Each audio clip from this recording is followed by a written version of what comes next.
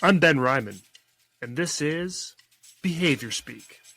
You've challenged how we define success and say that, we may be measuring compliance instead of access. What should we be measuring to show success in the work we're doing? Yeah, I think it's so individualized, right? And so as we set our goals, the goals need to be actually meaningful goals for that person.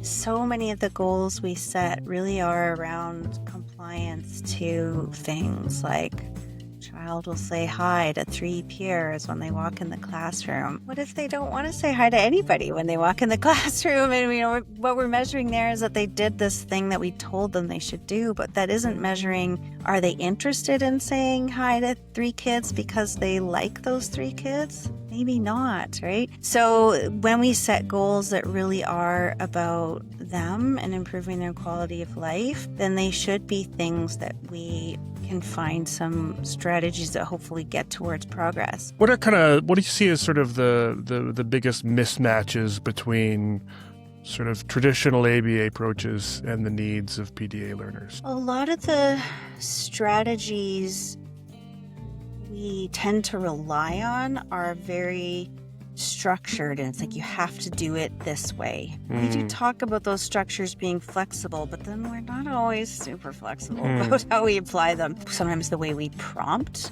so the way we guide and support, can feel like a demand. For PDA learners, reinforcement can be a type of pressure that then says, oh, I've done it this time.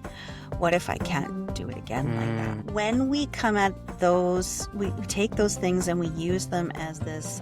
Today on Behaviour Speak, we're exploring a topic that is generating a lot of conversation across autism services, education, and neurodiversity affirming practice. PDA, often referred to as pathological demand avoidance, persistent drive for autonomy, or more broadly, autonomy-focused learning profiles. My guest is Michelle Karren, a BCBA and parent who has spent more than 2 decades supporting neurodivergent children and families. Michelle's journey into the field began with her own children and has evolved into a highly specialized practice focused on learners whose intense need for autonomy often leaves traditional intervention approaches falling short.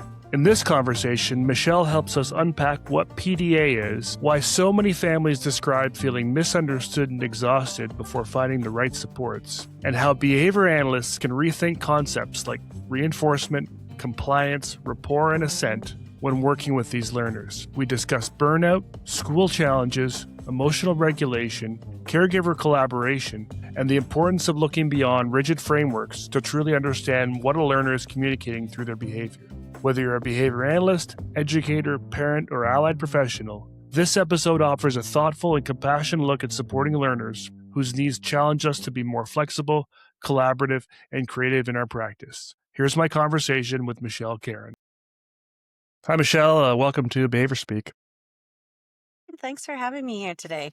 Yeah, I'm excited to have you here. Before we get started, why don't we start by just learning a bit about you, how you got into the field, and how you came to find yourself working with this particular population?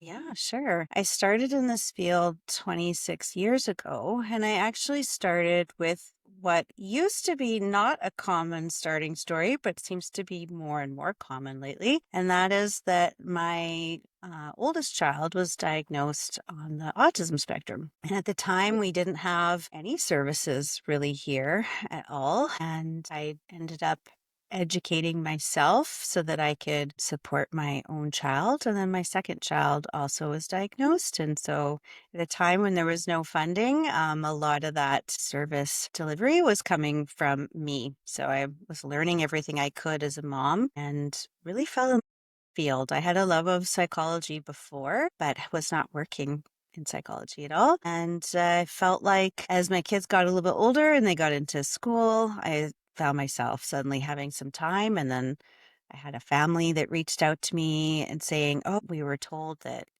we should try to get you to come work with our child. And so then I thought I'll just work with this one family. And then my kids were in school full time and now I was doing my master's degree. So it just kind of crept up on me. But I really fell in love with the kids that I worked with and then also the fellow parents. I found myself wanting to support parents in the ways that I hadn't had any support. And it just grew from there.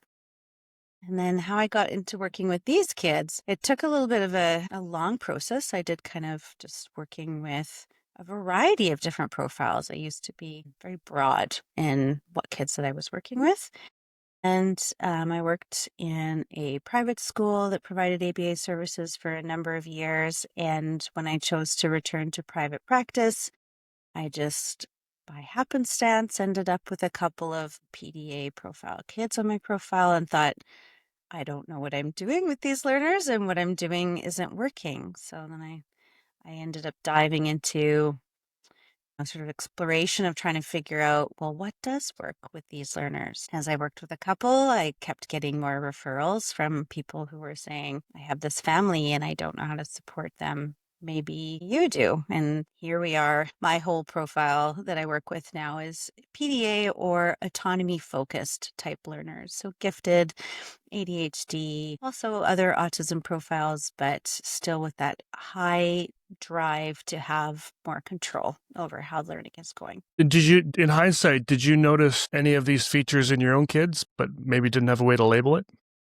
Definitely. Definitely. And at the time in my own learning, believed everything that I was told, and we definitely used a more compliance-based approach, and it definitely didn't work well at times. And I have really worked to undo that learning. But as a young parent, I was, in my early 20s when I had my kids, and I just wanted to do what was best for them. And so I did what everybody told me was best. And now looking back, I hate that was the only knowledge that was available to me. So being able to envelop a different approach has really been important to me, and important to be able to bring that to other parents and learners as well. And maybe we can just unpack a bit for listeners who kind of might be newer to this space. What is PDA? How do you describe it in a way that's kind of both accessible and respectful?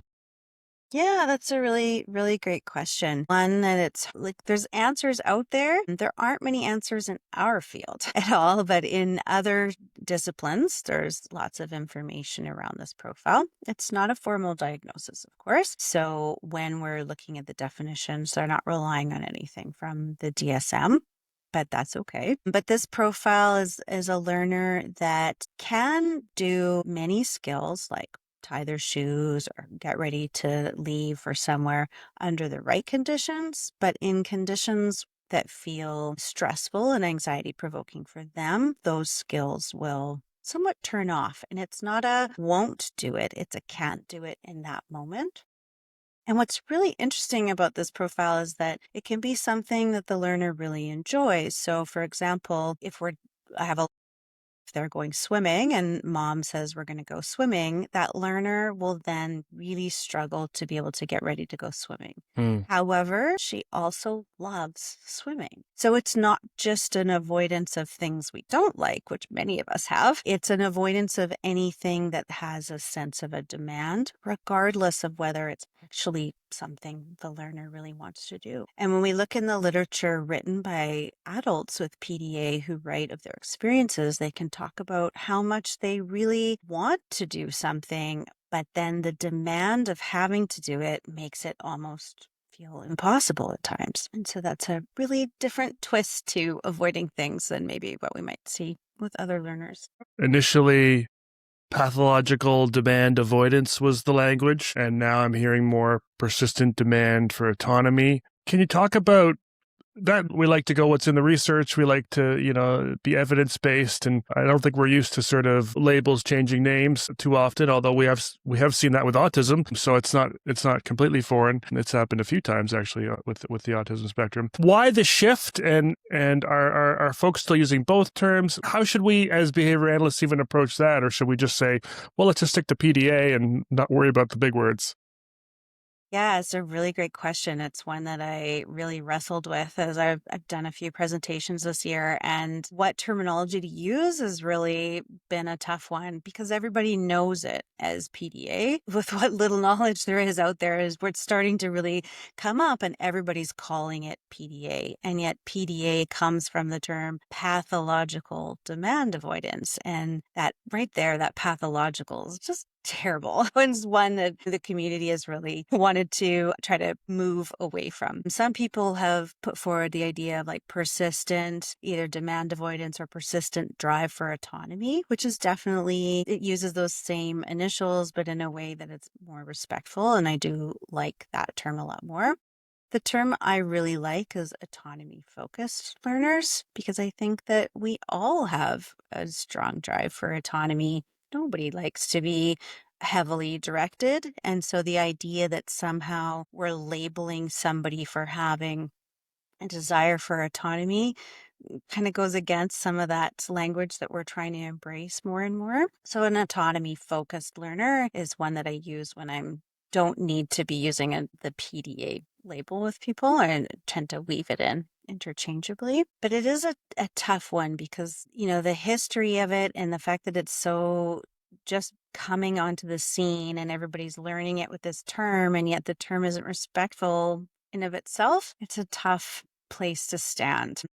And then there's nothing like having to explain a term to a child, as you're helping them to be aware of how their brain is working. Introducing this idea of it being pathological is Mm. really a hard one to embrace. So it seems to be an evolving term, and I look forward to seeing how it evolves. Some people are also using the term, think it's extreme demand avoidance, but Mm. even in that, it's not really very approachable. Hmm. So it'll be interesting to see where it shifts to and what comes out of it.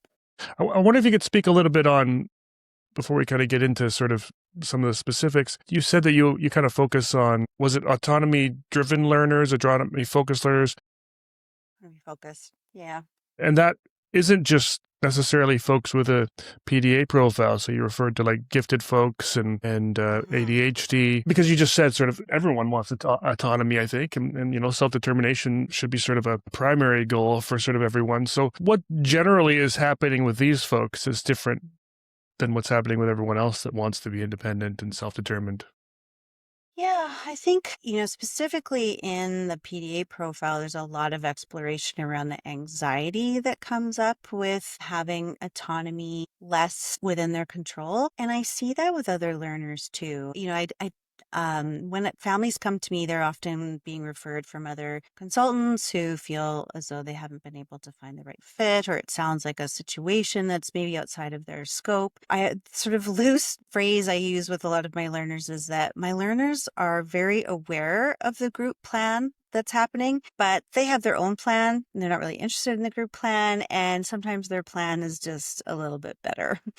And they, they're really focused on their own plan, but they know there's the plan from the teacher. They just often will tell me, well, that's a dumb idea because blah, blah, blah. And then they will do their own thing. So, some of those learners don't fully fit within the PDA profile in that, for example, their avoidance of things might not be as tied to highly preferred things, or it might not be so based on the demand conditions, but they might still have a lot of direction of where they would like to go and a lot of resistance to things. And so I find the strategies that I've learned through PDA exploration and research have been really beneficial with those learners as well.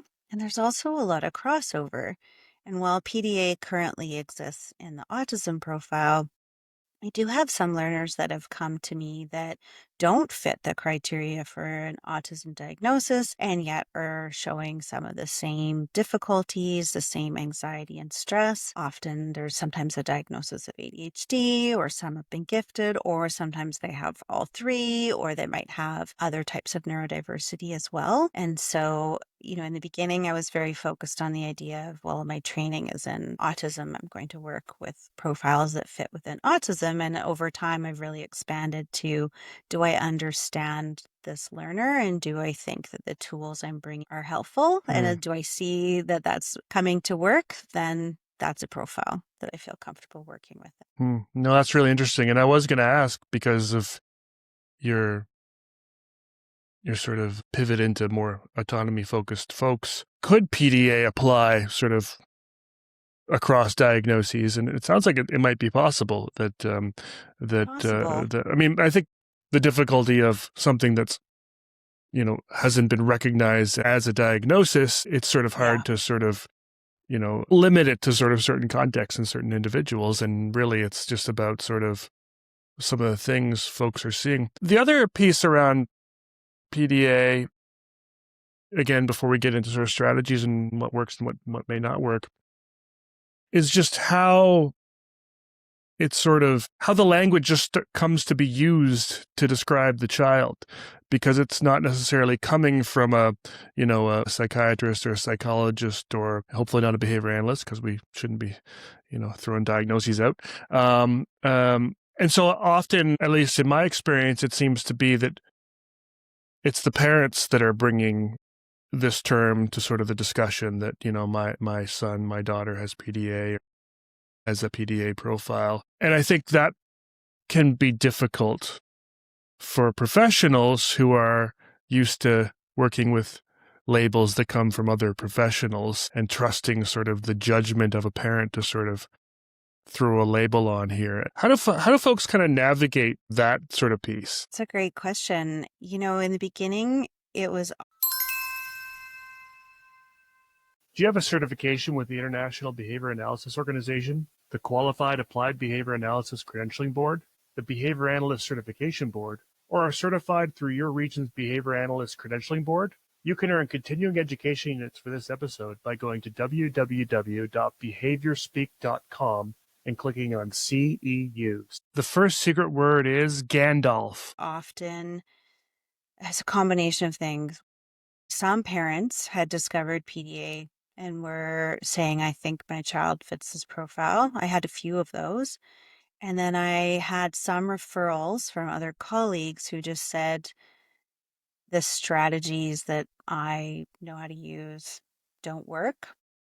And so I'm wondering if you have other ideas. So I got some referrals from there. But in recent years, a large number of the kids that come to me have actually had a professional in the diagnostic process say to them, your child fits within a PDA profile. And I have a number of clients who in their written reports of their assessments, it says potentially PDA profile and that acknowledgement. So it seems to be, although it's not a diagnosis, it's just a written into the report, that seems to be more and more awareness happening around that in our diagnosis, at least here in BC, which I think is really great. Of course, not everybody, but a lot of these kids, the diagnosis process is happening later because they don't always have, like, for example, the language delay. They don't have those sort of noticeable factors that get them into the cycle earlier. And so it's happening in school when they're having a lot of difficulty navigating a classroom environment, that then people start looking at whether there's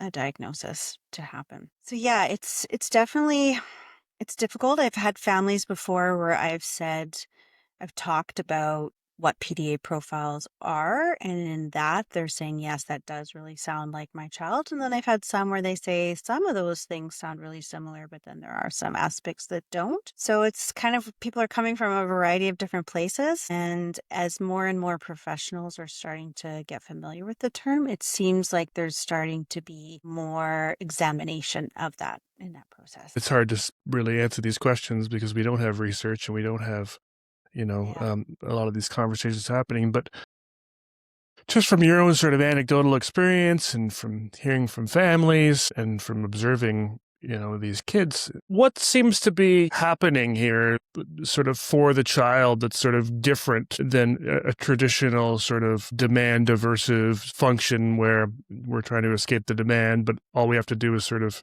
as soon as we implement typical sort of antecedent modifications and change things up, that we get some good results. What is it about sort of traditional ABA, if that's the phrase we want to use. I think even modern ABA is probably, I think we're seeing a lot of very young, or not young, but, very sort of forward-thinking, neurodiversity-affirming practitioners that are also struggling, to work with these kids. So it's not necessarily traditional ABA that's the problem. What is the problem? Well, what is the problem? Well, and maybe too, part of it is it's not so much a problem.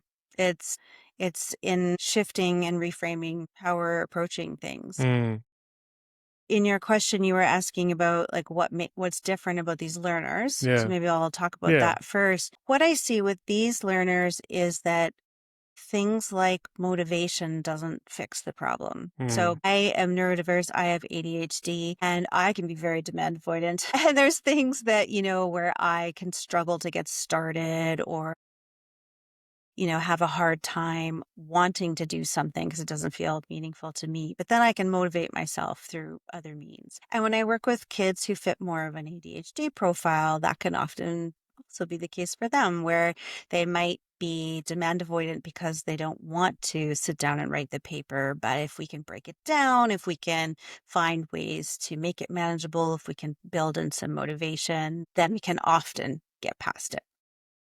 With these learners, it can be really different. It can be something where the more I try to put motivation in, the more it backfires and it becomes harder. It's more about the actual demand itself versus maybe the skill set or um, the desire to finish it can be really present, maybe to get it done, or maybe they're a perfectionist and they're driven towards a high mark. But the demand of sitting down and doing it becomes so overwhelmingly big for them that their anxiety is then at like this kind of level. Their brain isn't able to think. If we break it into small chunks, that can be helpful. But even the fact that finishing one chunk means the next chunk has to start can be something that can be big for them. And while that can be hard to piece out with a younger learner, some of my older learners can talk about that. And then there's some really great literature coming out from people who are, teens and adults with PDA who maybe didn't know that it was PDA as they were younger, but are really recognizing that now. And they're producing some really incredible work. Sally Cat, for example, is one. Sally Cat comes out of the UK, and they're really shedding some light on just the agony around the actual demand itself. The desire can be there, but the demand itself can be so debilitating. And I think that's where we can see a difference with this profile versus other types of demand avoidance. What do you see as sort of the biggest mismatches between sort of traditional ABA approaches and the needs of PDA learners? Yeah. A lot of the strategies we tend to rely on are very structured, and it's like you have to do it this way. We do Mm, talk about those structures being flexible, but then we're not always super flexible mm, about how we apply them. And we tend to have these things like we always rely on these things. We always do these steps. We do them in this order. We repeat the steps. A lot of those parts of the framework is what butts up against what works well for these learners. They are learners that often the repetition, for example, becomes a demand. I did this once and now you're asking me to do it again. Now my brain can't do this anymore. Or why should I do this again? I've already done this for you before. Sometimes the way we prompt, so the way we guide and support can feel like a demand. And then also, for example, like reinforcement, that's something that is really drilled into us. And reinforcement is great. Many of us like reinforcement. But for PDA learners, reinforcement can be a type of pressure that then says, oh, I've done it this time. What if I can't do it again like that? What if I can't achieve that same result? mm, When we come at those, we take those things and we use them as this, I have to do these parts that have been, put into my brain as being good teaching. When we get rigid on them ourselves, then we're missing the science of this learner is showing me that this strategy isn't working for them. How can I meet them where they're at? Because we're so stuck in the, well, I must tell you, you did a good job. mm. So it's really, I think ABA has a role, but I think where we get stuck sometimes is that we get rigid in our desire to teach people how to be flexible. We ourselves can be very rigid. And when we step back and go, the science is giving me the information, but it's not telling me I have to do these rigid steps to get there. It's actually telling me to look at what the learner is showing me. What data is happening in this learning moment? How can I figure out what solutions are actually solutions instead of just going, I have to force this approach upon us? Hmm. PDA could even be something that we, maybe in some ways, we even create, and we kind of shape in some of these folks that maybe have certain. Hey, but there's certainly certain neurodivergent aspects. We've both kind of compared notes on having ADHD and some of the pieces around that. But it sounds like a lot of what you're talking about is sort of how traditional ABA approach with the repetition and sort of the concrete sort of discrete trial way of sort of approaching things. Almost creates this demand aversion for some of these folks, especially as they get older. But I am also wondering about sort of what happens in these sort of situations, like you said, where it's something the individual wants to do. It's something the individual likes doing. Like they love swimming. They want to go swimming, and so you say, "Hey, let's go swimming," and they just can't do it. Something is happening in that it's not really the content of the demand. It's just the existence of the demand is problematic for them. And so what is sort of you've sort of described that, what is kind of your framework to sort of approach situations like this where it doesn't matter what you do with the demand, it's still a demand, and so we can't place a demand. The research outside of our field Mm. in PDA tells us that, and it relies a lot on some of the trauma-informed research as well, that's also outside of our field, where it talks about how the brain is responding in times when anxiety and trauma are happening. And although some of these experiences, for example, getting ready to go to the pool, we wouldn't classify it as a traumatic event, it's also about how the person's brain is experiencing what's going on. There's something about these brains that are experiencing things that should be easy events as more traumatic or traumatizing type experiences. I don't have the answers as to why that is, and then hopefully if there's people in neuroscience who will be able to figure that out for us. But in knowing that, we know that a brain that is in a state of trauma isn't in a place where it's really easily able to learn. And what we need to do in those moments is to reduce how much trauma is it being experienced so that the brain can get to a point of being more regulated. And then the brain is more able to learn. So when we see learners where everything that's going on is just a demand overload, it's a time to stop and go, well, what can we reduce? I can't get rid of all of the demands in the world for sure. Parents are always saying to me, well, can't get rid of every demand.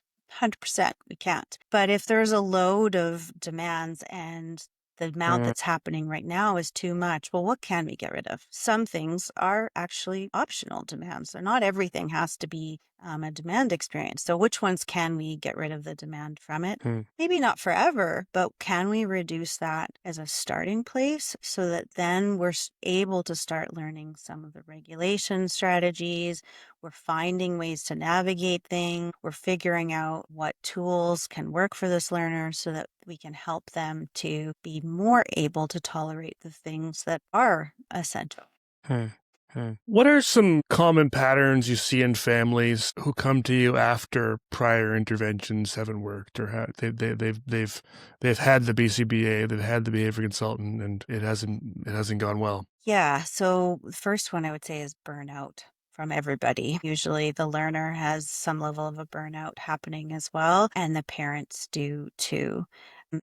some parents that I've had have come from working with other people, and some have not wanted any interest in ABA. And I'm never quite sure how they get to me when that's their perspective, but they've somehow Mm-hmm. sort of landed on me knowing that I do not a very traditional style of ABA. And what I see with all of them is a level of exhaustion. And often the demand avoidance is coming up across the board in many ways. So many of my learners have difficulty with food aversions, really high food aversion, particularly the girls that I work with. And I have a lot of girls in my caseload.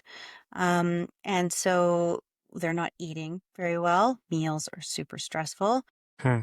Nobody is sleeping very well. It's very common for many of the learners I work with, even who are older, to still not be able to sleep the full night without waking. Many are sleeping on a mat on the floor in their parents' room, or going in and waking up their parents, and or parents are sleeping on a mattress in the child's room so that everybody's getting rest, but nobody's sleeping well. And then parents are often coming from a place of not fully understanding what's going on and why everything is so difficult. Often their learners are bright kids who are doing well in some areas and able to do a lot of the skills. So when it comes to, for Mm-hmm. example, daily life skills, they're like, I know my child can get dressed Right. on their own. I know they can undress on their own. When they choose to do it, it's like 2 seconds and it's done. But Mm. every morning I have to stand there and like go through all the steps of how to get dressed or do it for them. And it's so constant. I'm exhausted. And Mm. that's just one routine, that type of thing. So the first step I often start with is building up an understanding of what's going on with their child, and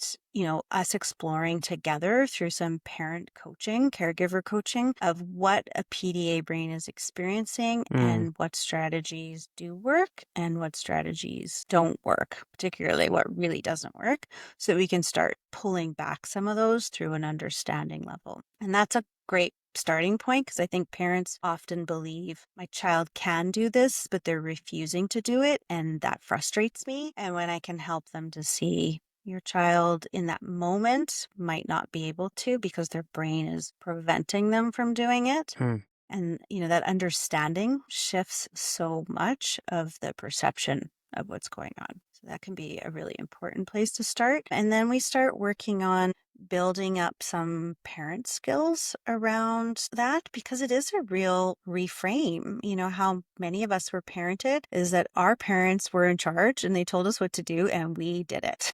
Mm. And, it was just how we expected then as parents, we were going to also navigate things. So many parents are frustrated as to like why they can't get their kid to do what they want them to do. And so when we start exploring, well, can we make that shift? It can be really hard to Mm. shift how we're thinking, especially we might have different cultural expectations of what Yes. parenting looks like, or, we might just, our brain might not be the kind of person who can float things out as suggestions. We might be a very directive individual. And then we have to figure out how can we start to shift some of that to ease things. And when we can ease some of those things at home, often that helps to reduce some of the demand load, when then we can start having some explorative, playful ways to start building up some of those skills. That can sometimes help. And then the other part is working with schools who are starting to learn a lot more about, but it's still difficult sometimes for, how do we accommodate a child who really struggles to be told a lesson when a Mm-hmm. teacher has 25 plus kids in a class and they are going to need to be directive at times. So all of those components need to start changing all at once. And as we see the demand load decrease, it makes some space for some of the other learning. The hard part is when kids are coming to me and they're older and we've missed the time when we can really make those changes before there's a lot of burnout, and we're already in a place of significant burnout. We are not very open to being able to explore new ways. The world has just been such a frustrating place for such a Mm-hmm. long time that it's hard to find ways to undo that sometimes. And that's where we have to rely on other experts who might have more experience in like a counseling type of approach, or, some of the other strategies that can be out there. That's definitely tougher. Yeah, for sure. It's hard to find school fits too. Hmm. That is a really tough one. Sometimes we have really flexible teachers who are really great at already putting things in not demand approaches, and those can be classrooms that these learners can really thrive in. But when we have, even just 1 year in a classroom with a teacher who just might be more directive in their style, and they might be an Hmm. excellent teacher for the majority of the kids in the room, they just might not be a good fit for that child. That can undo so much of that work all in 1 year. It's just tough. Yeah. I mean, schools tend to be sort of the environment where humans experience the most demands in their life. Yeah. We've started to see more schools collaborating with sort of, behavior analysts and other professionals and starting to see, you know, other ways of sort of doing things. But, many of these folks, have been doing this work for many, many years and are kind of quite set in their approaches and their ways of doing things and really have this sort of traditional sort of look on things. It sounds like another big piece is just trying to educate these systems on PDA and helping them sort of understand those differences. When you're talking to parents or you're talking to teachers, especially those that might be a little more rigid, maybe those from certain cultural backgrounds where, there's that stricter level of authority sort of in the home. What sort of talking points do you find more likely to kind of stick with folks? Is it that focus on sort of neurology that kind of does it, where this is a biological thing that is just different than, the folks you're used to? Those conversations are so difficult to have. The second secret word is pirate pack. They are really difficult to have. Yeah. And so often I find that, I might meet with a school a couple times a year at most, especially with funding the way it is right now for families and how hard it is to stretch those dollars, that there isn't always a lot of room to do a ton of time with schools. So that's been tough. I've actually been really impressed though with how many of the districts are starting to explore these types of learners. Hmm. And I have really seen such a huge amount of growth in Hmm. so many of the districts that I've been working with in the Vancouver area in Awesome. their knowledge around PDA and their pursuit of it. It used to be when we would go into, that meeting before a child started at school and start talking about PDA where everybody would be like, what? I don't know this term. Now teachers are saying, I had a learner with PDA in my classroom last year. This learner sounds really similar. We found this worked. We have the support worker. She was great with this other learner, things like that. So there seems to be a lot more familiarity with it now. And teachers have been really open to learning more. I have a private school that has contracted me to do a series of workshops with them to help them learn more about PDA learners. They have a number of PDA learners at their school, and I've been really impressed by that. So I Hmm. feel like in this growth around this term, we're seeing a lot more schools starting to really start wanting to learn about it, which is really amazing. But again, it's all up to how the teacher structured the classroom. And often as the grades get a little bit older, most of the kids in that classroom benefit from a structured classroom Hmm. where, that's a little bit more of a not totally traditional in its style, but still in that more teaching format. And that's sometimes where these learners can have a really hard time. There's a lot of school refusal with this profile, Hmm. particularly in areas where schools are maybe less flexible. And I feel like some of the stats we see are, the UK and then in the United States of America as well. And I can't speak to the education systems there and how structured they are, but it seems as though the families I'm working with here, I'm not seeing the same extremely high rate of school refusal, but it Hmm. might also just be the families that I'm in contact with too. And maybe the areas that I'm working in just happen to Sure. be districts with more flexibility. So it's hard to say. But it is an area of huge concern for PDA, like parents raising PDA learners. And it's not uncommon for families to be homeschooling or using direct learning type approaches at home versus having their kids in schools. So, there certainly is a lot of challenge in this area. And many of these learners, although they might like technically have support dollars attached to them in the school, very few of my learners that I work with actually have a support worker Hmm. at all, or, more than brief touch-ins if something goes really sideways. Very few of them have support at all Yeah. in the classroom from a support worker. And certainly in BC, that's been forever the problem with our system, in that as soon as these children become school age, they apparently still have the Yeah. same amount of funding, but somehow it vanishes into sort of the ether of the school Pot. coffers and doesn't seem to translate into the kind of support they were seeing Yeah. before they entered school. Yeah, it's tough. The funding is attached to the diagnosis, and the Hmm. child is the one with the diagnosis, but then the funding isn't attached to the child. And these learners, they mask at a very high level, and they often, schools will say to me, they're fine here. We don't see any problems until later years. And so, in the early years when support would probably be really helpful, it's not received at all. And then in the later years, what we see is refusal to come to class or refusal to do an assignment. And so the approach is often more as if it's choosing not to do something instead of understanding what's going on with the nervous system. Yeah, and I mean, it's so much easier, I think, from the kid's perspective to just avoid the context where all the demands are being placed in the first place by just not going to school. That seems Yeah. to be the simple adaptive approach. Yeah. And, in addition to PDA, many of these learners are also experiencing what we often see on the autism profile, where sounds might be really difficult, or bright lights, or being around all those people. All of that is also happening for them. So it really makes a lot of sense that these Sure. environments could be extremely stressful. I mean, they're still autistic and have to deal with sort of all of the unique aspects that come along with that, and then top it off with sort of Yeah. this piece.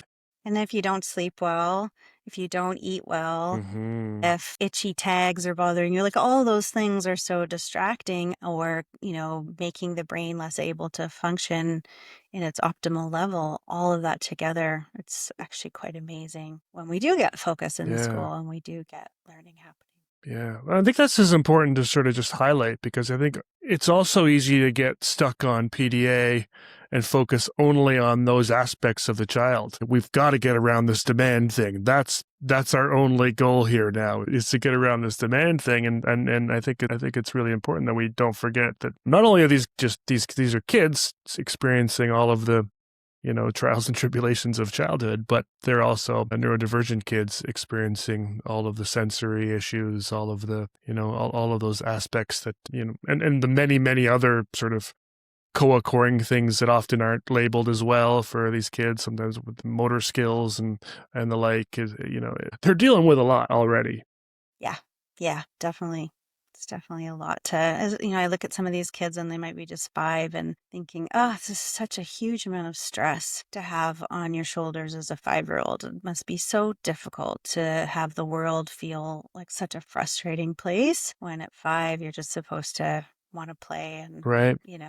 have fun, right? So it's definitely a lot to navigate.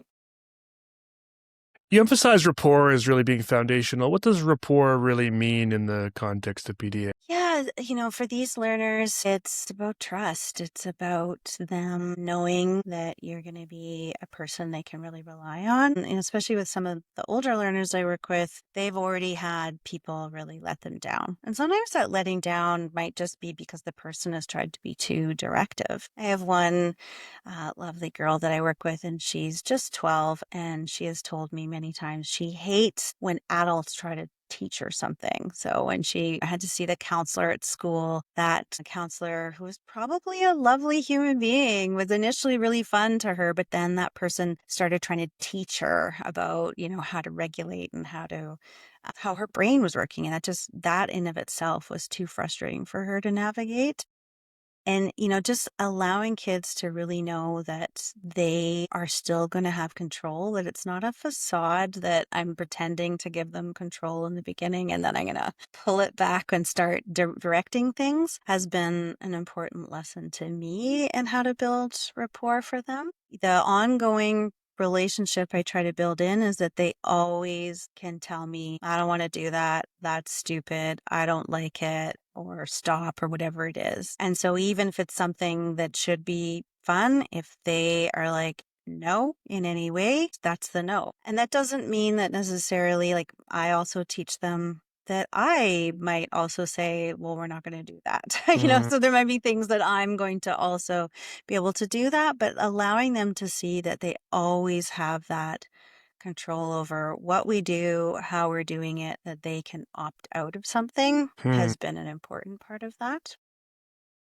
And that when they react with a stronger emotion, that I'm still going to show up and return, and that it's not going to be what ends things. Sometimes many of the learners I work with have pretty strong emotional reactions, and sometimes those can be aggressive, whether verbally, emotionally, or sometimes physically, and building up a relationship so they know that by doing that, that's not going to change how I perceive them, that I will understand Right. that was in the moment, that was something that was really tough for them, and that we can come back from it easily has been an important part as well.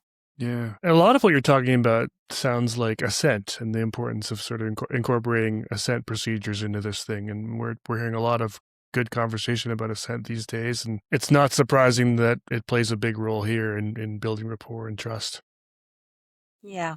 Yeah. It's been really great to see our field finally having these conversations around assent, because I think that we were slow to that table, unfortunately. Absolutely. And I do really value seeing so many of our colleagues really talking about that now. It's great. What are some early signs that maybe you're on the right track with a learner?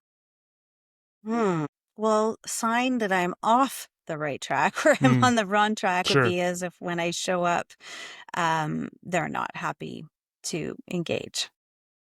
And sometimes we can be happy and then all of a sudden we're not happy. Sometimes there's things that go wrong in a session where it's just something has happened and it's been difficult to not have to follow through on something. So, for example, I had one learner who was trying to lock me out of the therapy room space that I use. They wanted me to leave and they wanted to be alone. And I just couldn't honor that request, unfortunately, because I couldn't just leave them in the space. It wasn't safe to do that. So the session came to its conclusion.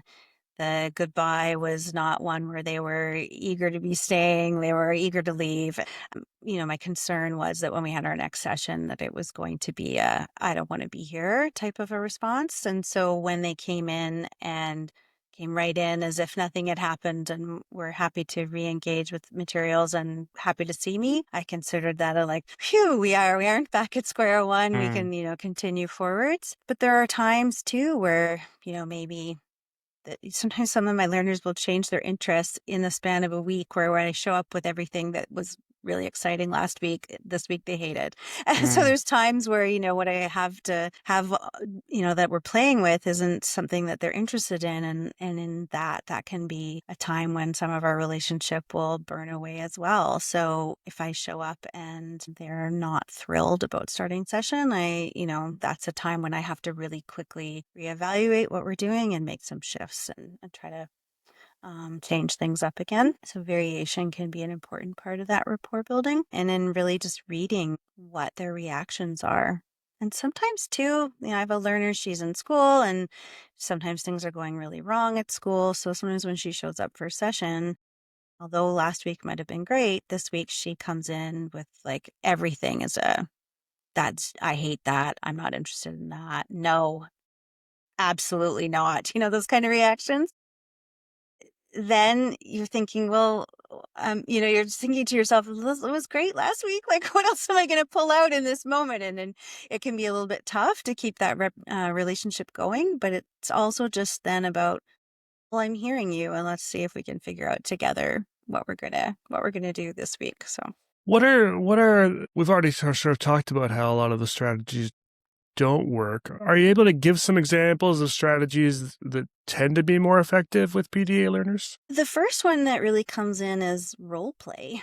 which doesn't often work for all of our learners on the Hmm. autism profile, but it works really, really well for these Hmm. kids. But when I say that, I also always want to throw out the caveat of not a structured role play where we're like reenacting some sort of social skill script, not that kind of role play, but very naturalized and in their area of interest. Many of these learners have extremely creative imaginations and also need play to be mainly in their control. So a lot of times part of my rapport building is play, but allowing them to what kind of characters we're using. It's often like what they're interested in, what's happening in the scene, even which characters I get to control. I have a couple learners who are like, you can control this, and they'll hand me a toy, and then they're controlling the things that they think are really great. Or they will not want to do any part of it, but they want me to act it all out. And so it becomes a thing where they're telling me what to do.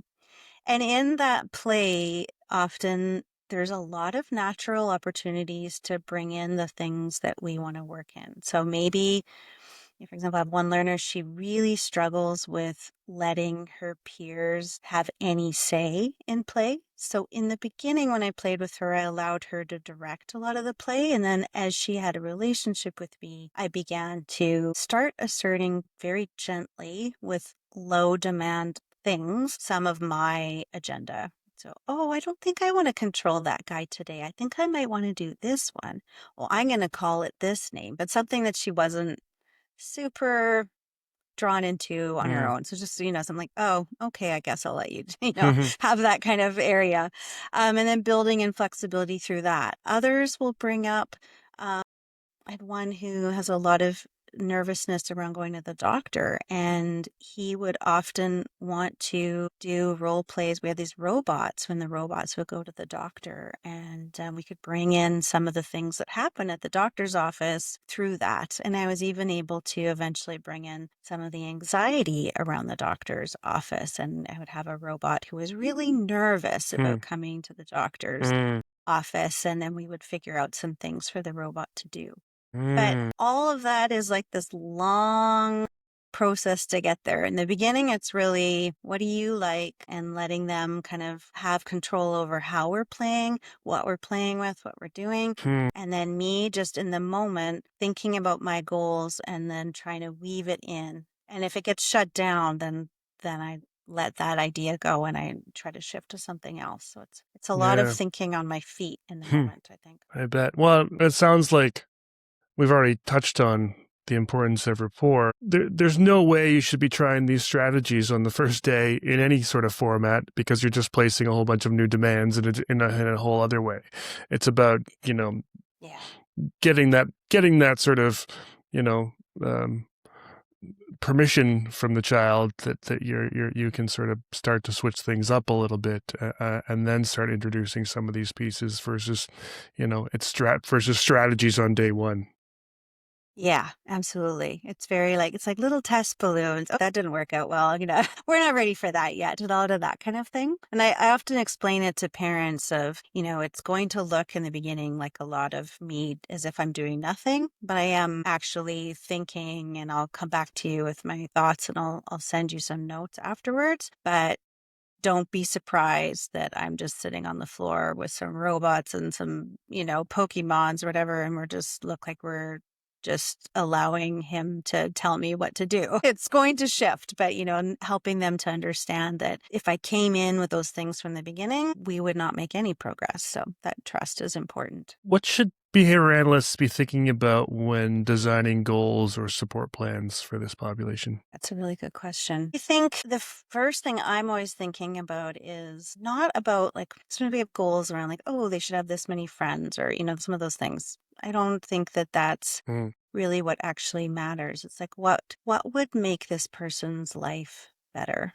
And a lot of times it's around whatever anxiety is being experienced. So if school is a place where we feel a lot of anxiety, then I want to think about, well, what ways can we support that and help to improve the quality of someone's life? And so one of those things might be understanding what things are stressful for me. For myself as a neurodiverse person, understanding what places are hard on my nervous system allows me to plan for myself. So that's what I think about when I'm thinking for these kids. Okay, this is really hard for them, and I can't change the lighting in the classroom or the sound levels that happen in a classroom, but I can help this person to understand that when those things are hard for them and also understand some of the strategies that can support themselves. Now, when they're a little smaller, younger person, they might not have the awareness to be able to do that, but they can learn about what's happening in their body. They can learn what it feels like when you're starting to feel overwhelmed. And they can start to know about some of the ways that they can feel a bit better. And so we can start building some of those things in. And, when they're younger, it's really important to be teaching those around them about co-regulation so that those people can be supporting them. Because a 5-year-old can't know when they're overwhelmed necessarily. They can be aware of some of the symptoms, but there's only so much that they can provide for themselves. So helping their support people in schools, whether it's the teacher, whether it's other people in the school, just knowing that those are issues can be really critical. Same for parents. So a lot of my goals are really around those areas. And then with parents, we might focus on goals like, can we help them with the sensitivities around eating? Can we find ways to improve the quality of sleep? We know that those two things significantly impact any child or any person. And then can we look at how we can make home less anxiety provoking so that we can tolerate the day at school, which then makes us more able to expand in that environment. All of those parts are really my goals. How can we feel more comfortable with the uncertainty of the world? Many of these learners have an intolerance of uncertainty. And so how can we feel okay with that? How can we have control in some areas so that we can tolerate the fact that we don't have control in others? All those parts. I Yeah. don't worry so much about the academics per se.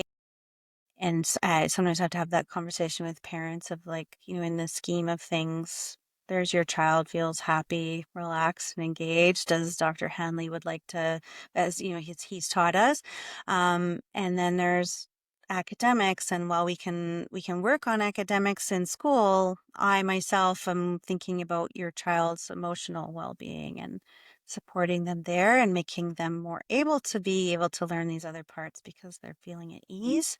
And I don't do as much of the goals around like building vocabulary, but many of my learners, they're very good at in fact, they often use extensive vocabulary words in their natural language. So I don't have to really focus in on those types of things. It's really about, do we navigate the world and feel okay? Do we feel comfortable doing things with other kids and being a kid? Or are we having a hard time with that? Let's work on that. Talked earlier about the burnout a lot of these kids are feeling, especially after receiving sort of more traditional services.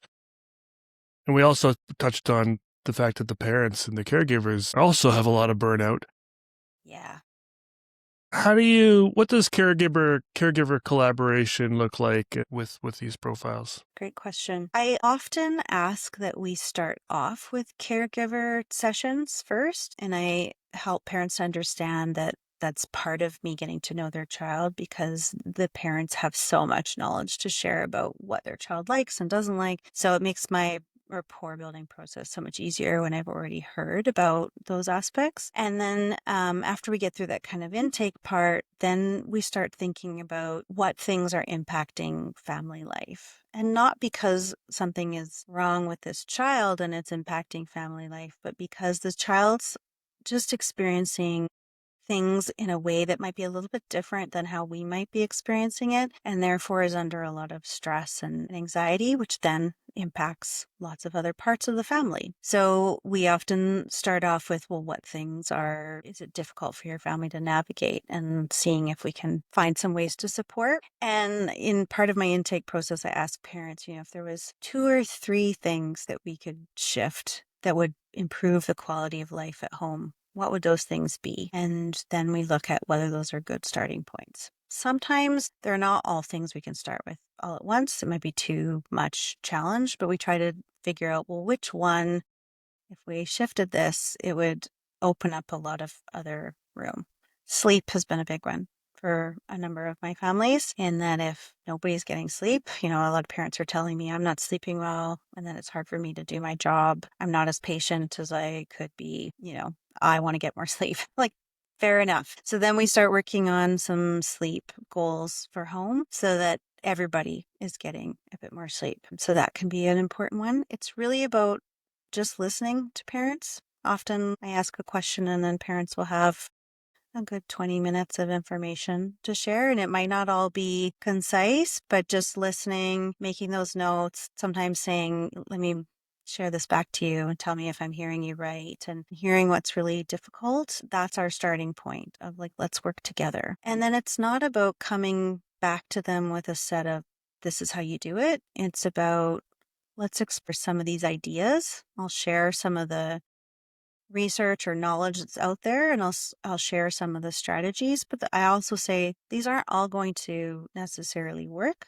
But let's just look at what's out there and see what does land and what doesn't, and we'll try from there. I never think of it the way I was taught to do parent training in our field. It was like this idea of like, well, I have the knowledge and then I'm supposed to tell you how to do it and you're supposed to do it. And because I'm a parent, I never really cared for that, because although I worked with some amazing consultants, they're all very phenomenal people, they didn't know what it was like to be running the day-to-day existence of our home. I had one, she said to me, why can't you run this conversation program at the dinner table? And she had all these great ideas of how I could do it. There was some ping pongs with questions on them and a bowl on my table. And she had this idea. And I was like, hey, I'm not going to do any of those things. So there's just no way that I want to turn my dinner table into this like question and answer period with ping pongs. Like, it's a no, right? Having that experience, I think, as a parent has really made it really easy for me to approach caregiver time is a very collaborative thing. I just come in with I try to be very understanding, and I often share to parents, like, I've seen and heard everything. So don't feel as though I'm going to have any judgment about what's hard. I genuinely understand how hard it is. And my genuine goal is to work with you to find what does work. And what doesn't work, I want you to let me know that I don't like that idea. I don't want to do that idea. It's not for me, that kind of thing. But I find that makes the biggest difference the most quickly, because how I work with my learners, it's a very slow process. It's I ease in at a very gradual rate. Whereas with parents, we can jump right in on things and really start thinking about what they can be working on. And they're often keen to do that. And then we can start looking at how they can work on that as well, to make it actually something that can be successful with that learner versus the parent being too directive as well. You were talking about uncertainty before and kind of connecting demand avoidance to this intolerance of uncertainty. How should that change the way we present demands? There's an intolerance of uncertainty, and then there's also an intolerance of too much structure. Somewhere in there is always the balance, and it's a thin spot in between those two challenges for sure. Often I find it's a kind of a brainstorming, especially when I'm working with parents. We brainstorm what has and hasn't worked.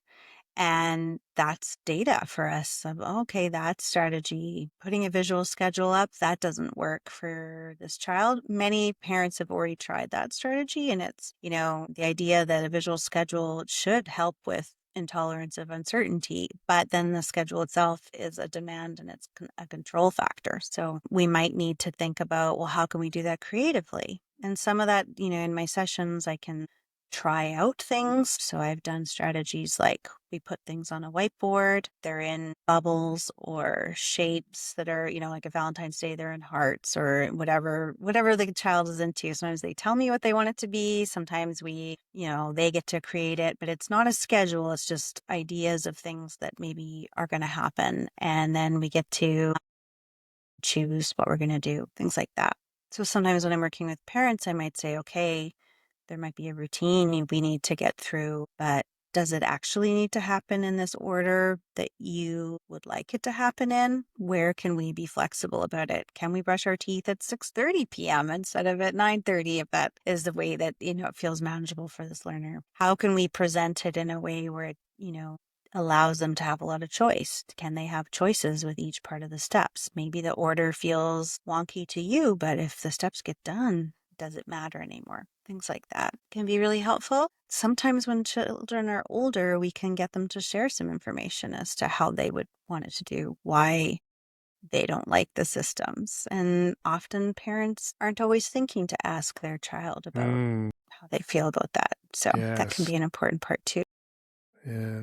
What's the difference between removing a demand and reducing the intensity of a demand? Well, if we want to reduce the intensity of a demand, it might be something, for example, we can't get rid of. And like we do have to, theoretically, we are supposed to go to school. So, it might not always be an optional one, especially if a parent has to also get to work. But can we reduce the intensity by giving some of the control to the child? Can we come a little bit later? Can we, uh, have a bit more of an easeful morning routine? Is there some ways that there's intensity in creeping in, like we're being really strict about we have to leave at 8:55 or we're going to be late?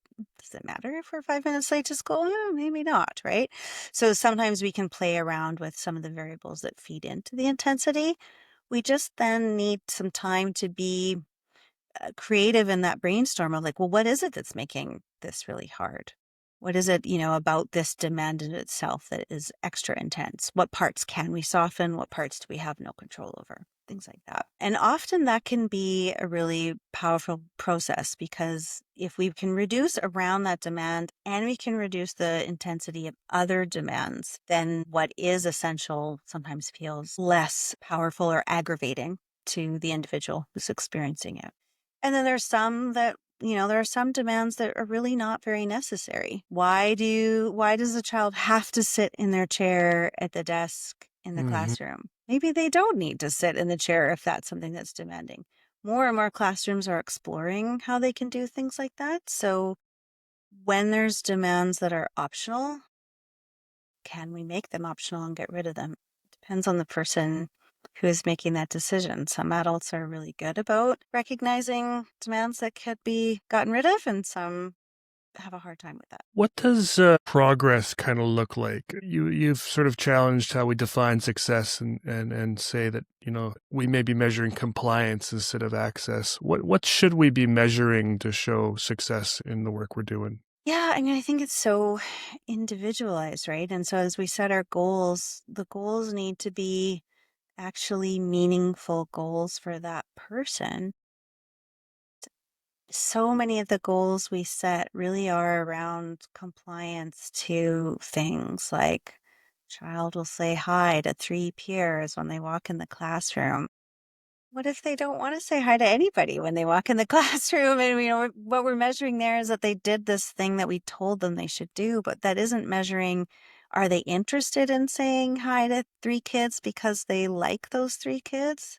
Maybe not, right? So when we set goals that really are about them and improving their quality of life, then they should be things that we can find some strategies that hopefully get towards progress. Often the goals I'm setting are around emotion regulation and the ability to navigate spaces and be able to share in experiences that are hopefully ones that are fulfilling this individual. So then we start looking at, is it easier to navigate those things? So for example, I have a learner who really dislikes going out in public. He really dislikes when people will talk to him. And so when he was younger, mom would say it's really hard to go to the grocery store with him. It's really hard to even go for a walk. And she's like, I want to get them out of the house. We all need to get out of the house. But then I take him out of the house and he'll grab whatever stick he can find, a large stick, and then he'll stand in the sidewalk and block the city sidewalk and refuse to let people to walk past, that kind of thing. And so when we were, we didn't work on that specifically. We didn't write a social story about letting people walk on the sidewalk or practice walking on the sidewalk, but we worked on, well, why is he feeling so much stress when he goes out into the world? How can we make this less demanding for him?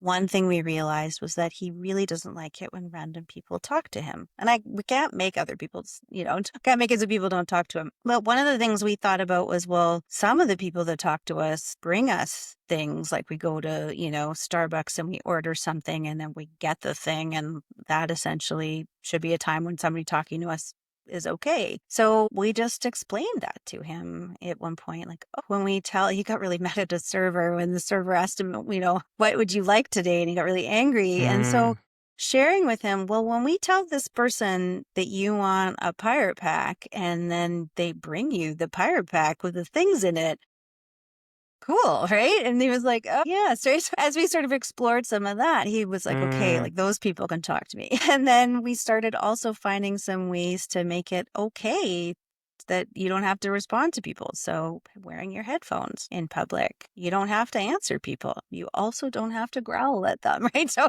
we were able to do some of that through some exploration. And then the other thing we helped mom to really understand was, yes, it feels uncomfortable to you because when he growls, you're worried about how this person is thinking about you and about him. But it's okay. We can't stab anyone with a stick. That's obviously not okay. But growling, he's not helping her to understand he's 4 right now and this is hard for him. So he's growling.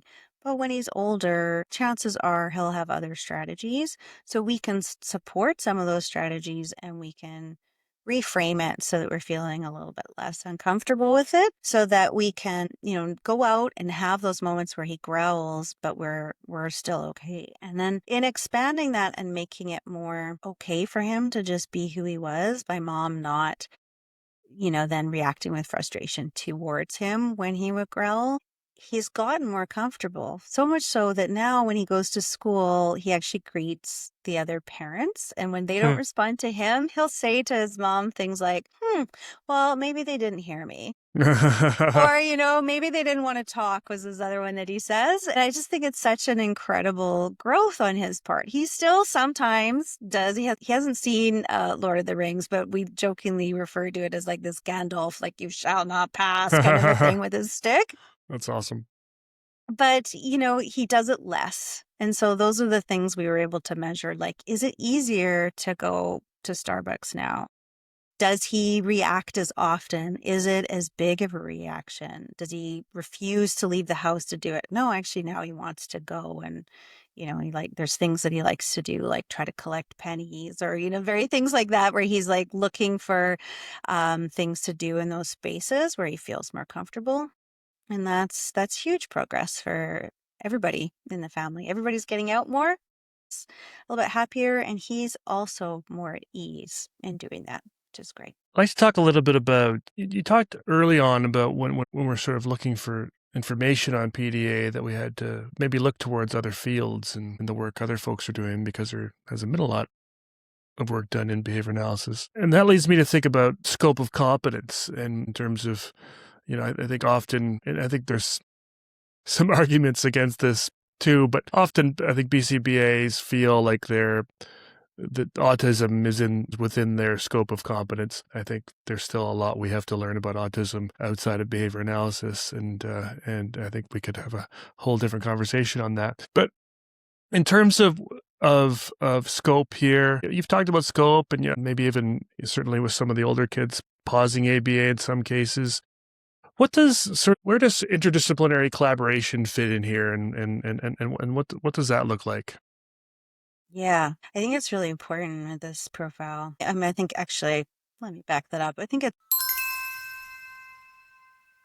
The third secret word is co-regulation. it's really important with all profiles. And I Fair. think we as a field have not always been great about that. We are known for not being great about that, for sure.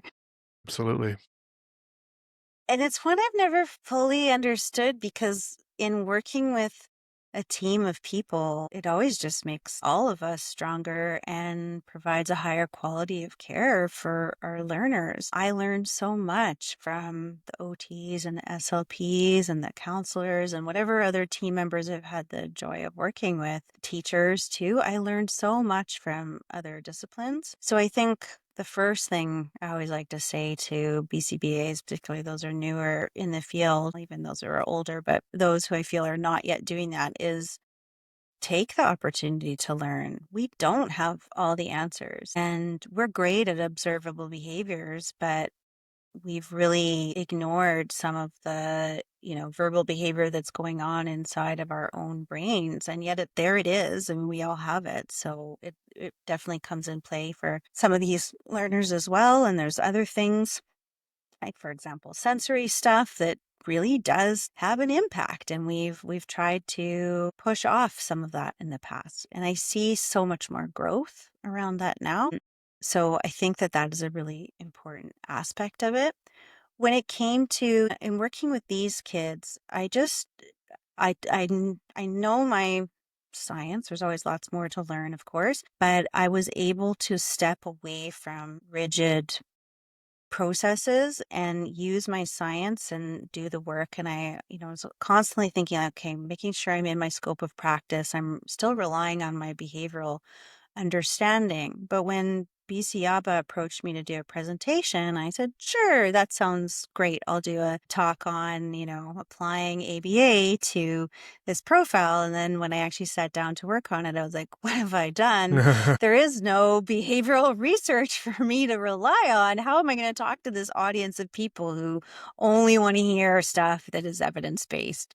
Rightfully so.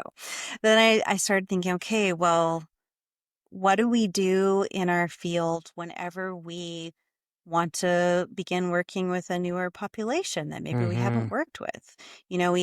Our field has grown out of certain areas, autism being one, but then we work with other things. How did we get there? And I'm like, well, I guess we look at a couple of areas. What research is out there outside of our field that tells us about this particular issue that we're focusing in on? And then what areas of our field have done similar steps? Well, ABA has worked with ADHD. It has worked with ODD. Some of those things are somewhat similar. They're different than PDA, but there's similarities. So what did we do there? Okay, we did these things. What have we done to work on anxiety? Okay, we've done these strategies, which heavily rely on strategies out of things like CBT. Okay, what knowledge is in CBT that relates to this? It just took me on a pathway where I felt like it was like a ADHD deep dive into all sorts of things where I have to kind of like pull myself out sometimes to remember to eat. But there was a lot of knowledge out there that was really important knowledge that might not have been about PDA specifically, but it was about things that had comparisons, parallels, similarities too, and that I could then pull from that. It does certainly tell us that there's room for us to be doing some more research in this. And we're doing lots of research around assent. We're doing research in naturalistic strategies. There's approaches out there in naturalistic ways of doing ABA. They're not specifically just for PDA, they're for everybody. So maybe some of what we're doing here is also really applicable to other learners too. So it fits within all of that, but there was definitely some moments where I was like head in hands going, how is this going to be received to this audience of just BCBAs? Is there going to be people who are, very angry about what I say? But if there was, I didn't hear from them. Well, I think the fact is what you're doing is working with folks. And interviewed Kent Corso a while back. He's a well-known behavior analyst in sort of the suicide space. He talks about how a lot of the good research in suicide kind of comes from other fields, other disciplines. And he talked about how behavior analysts sometimes have this sort of irresistible urge to shout out mentalism whenever we start sort of describing things in non-behavioral terms, but then went to say, but if these things are working, then they must be behavioral, and they're just not described that way. And, we need to do a better job of translating things from these other fields, into our terminology so that we can maybe better understand them. But it's one thing if they don't work. Right. But if this intervention, which has no behavior analytic language around it, is resulting in change, then it's obvious that the principles of reinforcement and all these other pieces are at play. We just haven't studied it in the behavior sort of language. And so I'm glad folks were receptive to sort of the facts in front of them.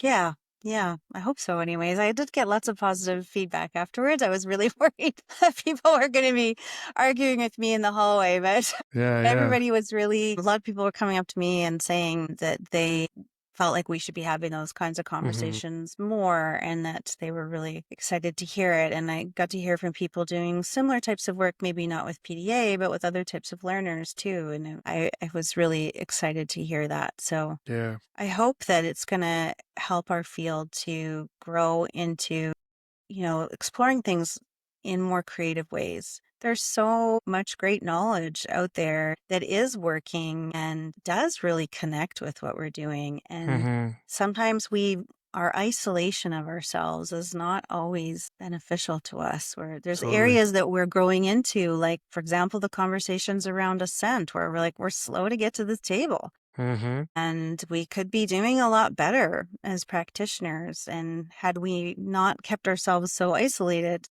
we might have been having some of these conversations earlier. Absolutely. Needs to learn, for sure. What has challenged your own thinking the most as you've evolved your approach? I think some of the strategies that I learned as a behavior analyst were just so ingrained into me that there was a point where I remember it was like exhausting to like remember all the things to kind of get through the sessions, and I would feel really tired by the end of the day because it was a lot of work to remember not to say, wow, that's amazing, after somebody did something, or to kind of respond in the ways that were just so ingrained within me. And I think it was really difficult to not have like a structured plan of going in of like what I was going to be working on in a session, and to just kind of let go and be more free flowing. I still, before most of my sessions, organize. It's like, it's not a structured plan, but it's like a idea of a plan of what I am thinking I'd like to do, but it's more about working on things creatively. And I do use AI to help me come up with creative ways to be playful. Nice. Sounds ridiculous in a way when I say it out loud, but it helps me come up with fun ways of doing things, and fun structures for a fort up, and I'm going to use these materials, and then I'm going to have some things out. And if we don't play with them, that's great. But if we do play with them, I have some ideas in my head of how I can utilize the materials, or what craft can we do, or things like that just are not my areas of strength to think of. So I have some structure in my head, but then that allows me to then just be in the moment and jump on the moments as they come up, because I have an idea of like, what can I do with this thing there? But that was really tough for me to let go of. I liked a good written program. I liked a good, behavior plan with step 1, 2, 3, 4, 5, all of that. That was definitely tough. And then I think the other part that I really had to shift was that I don't have teams running things. I'm doing direct services myself. And I do have some people that work with me who are, I oversee and supervise. But with some of the more complex kids, I've just found it's hard to figure out, I have to find the right person to be able to do stuff. And I don't find the model of having teams of BIs works well for these types of learners. Right. So I had to kind of change that perspective. And really embrace the idea of, how do I do sessions? So I do center-based now for the most part. I have 2 locations I work out of. Clients come to me, and then I can set the space up and have lots of playful items. But those things were big shifts that I had to make that were tougher to let go than I probably would have anticipated. I had to really work at it. But now I can't think the other way. Like, now I've changed my brain. And so I don't take on clients who need something more structured, who have teams of BIs, because I know that like it's too many different hats for me to be wearing at this point. So I focus in on this area and I can kind of do my ADHD deep dive in this approach and not have to try to be multitasking. That. If there's one takeaway you want behavior analysts to leave with, what would that be? That's a good one. That the science isn't reliant on the structured framework, that the science is really in what is the learner showing us. Our observation skills work as a real strength for us, and we can observe our learners and look for the things that we're working on. We can look for that progress. It doesn't need to have to be like in a verbal repeat back answer. It's, can I observe this behavior that I was hoping to shape us towards? Can I observe it happening? And in that, can I see what information my client is bringing about what is working for them, what isn't working for them, how they're learning, how I can continue that momentum, and that's where our science is really beneficial. I guess that would be the one thing. And then also, I suppose the second thing is just that it's okay to color a little bit outside of the lines, and that sometimes then the art itself, the process of working on it and being creative with it is where we actually see things really coming into a place of beauty and learning, and that the open process is so much more impactful and so much more vibrant, and that is part of what we should be doing, not checking off targets on a target list. That's awesome. If listeners wanted to know a bit more about your work or connect with you, where can they find you?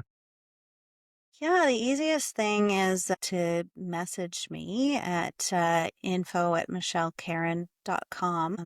I'm working on setting up a website. I'm never very good at doing these kind of self-marketing things myself. I just kind of operate my own little world, but I am working on a website. My company is called Esprit Learning, ESPRIT Learning. We're working on expanding. I have a new person actually joining with me in May, and she's of a very similar mindset, and she's going to be working in this kind of area as well.